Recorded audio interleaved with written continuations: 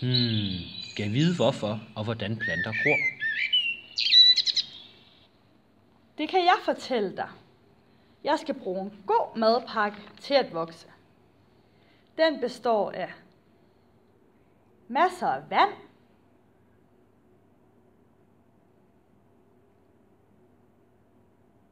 solens energi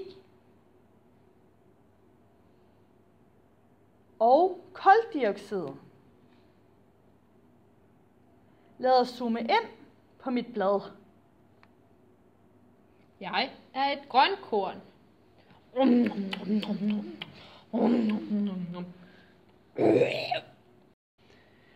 Bladet optager glykosen til energi og undlader O2, det vil sige ilt. Lad os opsummere fotosyntesen.